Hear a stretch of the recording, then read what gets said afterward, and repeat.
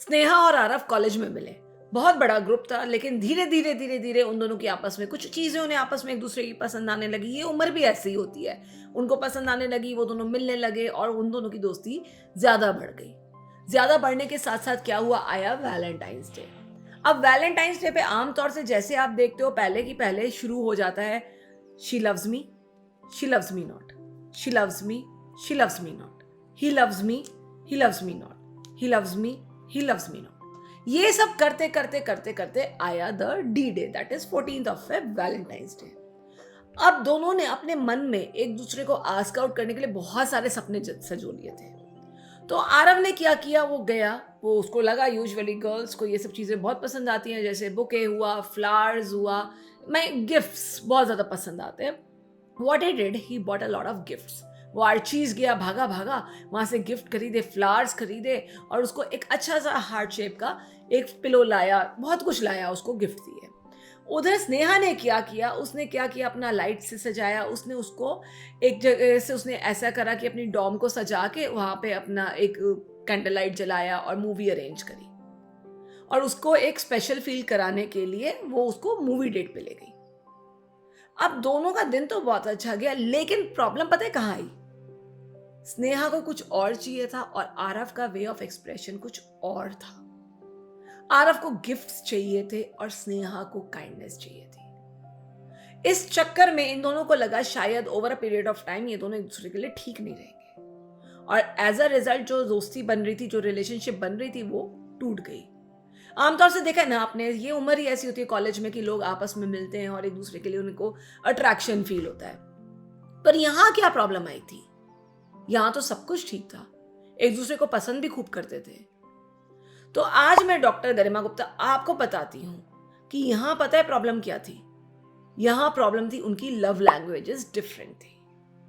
और as a psychologist, psychotherapist, हम सबका समझाना और समझना बहुत जरूरी है कि हम सब में 5 तरह की लव लैंग्वेजेस होती हैं। हमारी लव लैंग्वेज हो सकता है, जो प्यार की परिभाषा होती है, भाषा होती है, वो एक दूसरे से अलग है।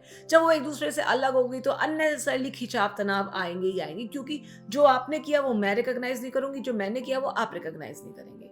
तो इस तरीके से दूरियां बढ़ती चली जाएंगी। तो आज हम इन 5 लव लैंग्वेजेस के बारे में बात करने जा रहे हैं।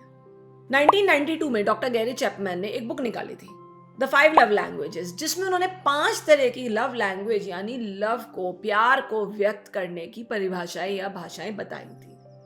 इन 5 लैंग्वेजेस से आपको पता चलता है कि आपकी प्यार को अभिव्यक्त करने की परिभाषा क्या है, भाषा क्या है, आप किस तरीके से प्यार को देखते हैं और पहचानते हैं और लेते हैं, आप किस तरीके से लव को परसीव करते हैं, और आप किस तरीके से जिनसे आप प्यार करते हैं उन्हें लव दिखाना चाहते हैं। पहली लव लैंग्वेज है वर्ड्स ऑफ अफर्मेशन। आपका आता है कि अगर आपने खाना बनाया है, सपोज आप अपने पार्टनर को, स्पाउस को आज खाना खिला रहे हैं, तो वो आपकी तारीफ करें। कहते नहीं थे खाना ऐसा बना है जैसे उंगलियां चाट रहे हैं, या तुम्हारे हाथ में तो माँ का स्वाद है। तो इस टाइप के जो एफर्मेशंस हम देते हैं, जो उनकी तारीफें करते हैं, जो उनकी दिल से तारीफें करते हैं, तारीफें भी खोखली नहीं होनी चाहिए, दिल से होनी चाहिए। This type of love language is called words of affirmation. आमतौर से ये वर्ड्स ऑफ एफर्मेशन या 2-3 लव लैंग्वेज मिलाकर ही एक इंसान की लव लैंग्वेजेस बनती है। तो अगर आपके पार्टनर या स्पाउस की, जिस रिलेशनशिप में आप हैं, उनमें वर्ड्स ऑफ एफर्मेशन है, तो ये उनका तरीका आपको बताने का है कि वो आपसे बेहद प्यार करते हैं। दूसरा होता है क्वालिटी टाइम। टाइम का मतलब ये है कि अगर आपके पास कुछ भी ना हो बोलने के लिए और एक धीमा सा म्यूजिक चल रहा हो, तो भी आप एक दूसरे के साथ बैठकर वो सुकून फील कर रहे हो जो एक दूसरे की कंपनी में आप करना चाहते हो। आप एक दूसरे के साथ बैठ के, एक दूसरे के साथ एक काउच पे बैठ के अगर आप साथ में टाइम बिता रहे हो, चाहे गेम खेल रहे हो, चाहे कुछ और कर रहे हो, तो आपको लगेगा कि हाँ, ये इंसान को मैं अपना क्वालिटी टाइम दे रहा हूँ, इस इंसान के साथ मैं अपनी जिंदगी बिताना चाहता हूँ। तो ये जो क्वालिटी टाइम आप एक दूसरे के साथ स्पेंड कर रहे हैं, ये आपका एक लव लैंग्वेज है। ये आपका एक दूसरे को बताने का तरीका है कि हाँ, बोलो ना बोलो, दिखाओ ना दिखाओ, पर साथ वक्त बिताना हमारे लिए सबसे ज्यादा इंपॉर्टेंट है। तीसरी लव लैंग्वेज, और जो हम बहुत अच्छी तरह जानते हैं, वो है फिजिकल टच। अब फिजिकल टच के अंदर आपका आता है cuddling, hugging, a lot of kisses, a lot of appreciation, a lot of random touches, non sexual touches, सारे आपके फिजिकल टच में आते हैं। अगर आपका पार्टनर आपसे फिजिकल टचेस पे बिलीव करता है, that means they want to reassure that I am here, they want to tell you, they want to hug you, they want to keep you with himselves. वो चाहते हैं कि आप उनके साथ रहें और आपका टच उनको वो सुख देता है, वो अनुभूति कराता है, वो एहसास कराता है कि हाँ, आप उनसे बहुत ज़्यादा प्यार करते हो और वो आपकी लाइफ में बहुत इंपॉर्टेंट है। चौथी लव लैंग्वेज है एक्ट्स ऑफ सर्विस। अब ये लव लैंग्वेज बिल्कुल अनोखी है।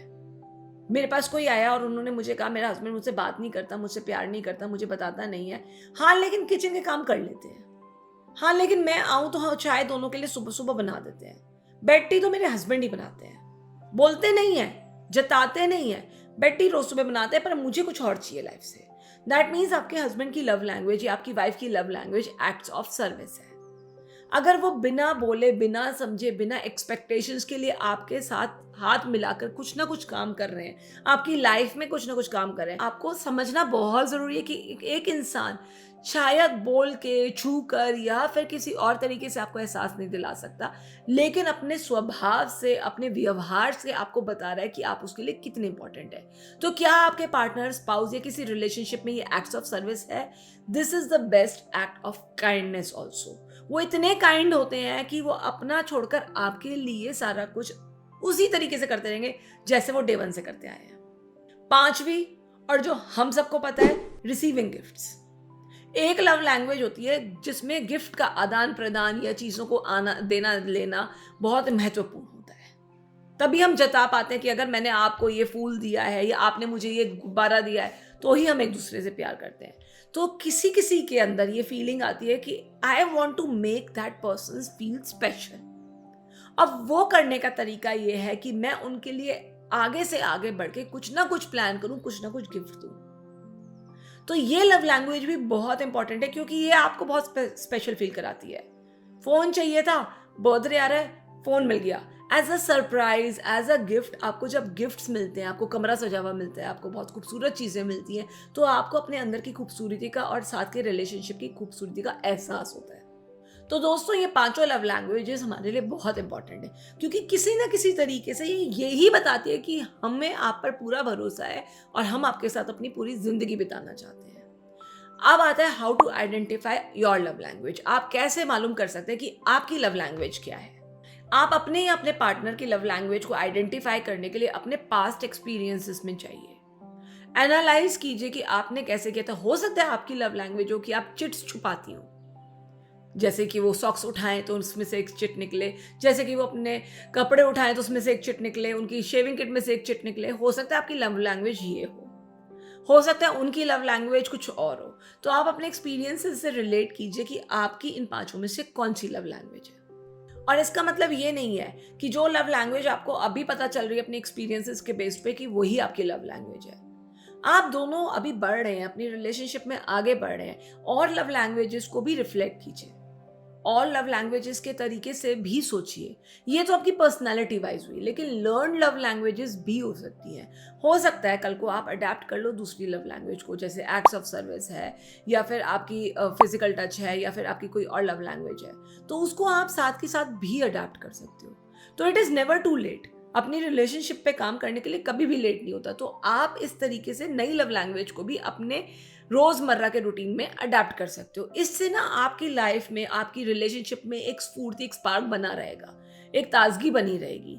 तो प्लीज इन सब लव लैंग्वेजेस का एक एमैलगेशन, एक सारे का एक मिश्रण करके तैयार करके अपनी लाइफ को खूबसूरत बनाइए। और ये मत सोचिए आपका पार्टनर क्या करता है, ये सोचिए कि आप उसके लिए क्या करते हैं। वो सबसे ज्यादा इंपॉर्टेंट है। तो मेरे प्यारे दोस्तों, ये लव लैंग्वेज समझना, इसके लिए पहला स्टेप लेना और उसी तरीके से प्यार देना और प्यार रिसीव करना, ये आपकी लाइफ का एक सुखद एक्सपीरियंस है। तो इस Valentine's day I wish you all a very happy Valentine's day. And identify करो कि लव लैंग्वेज क्या है, या आपके अंदर इनबिल्ट क्या है, या आप नई क्या अडैप्ट कर सकते हैं, और एक दूसरे को समझिए। तो अगर आपको ये वीडियो अच्छा लगा हो तो please do like, subscribe and share. And फिर मिलेंगे, जल्दी मिलेंगे। तब तक के लिए डॉक्टर गरिमा गुप्ता साइनिंग ऑफ। सायोनारा।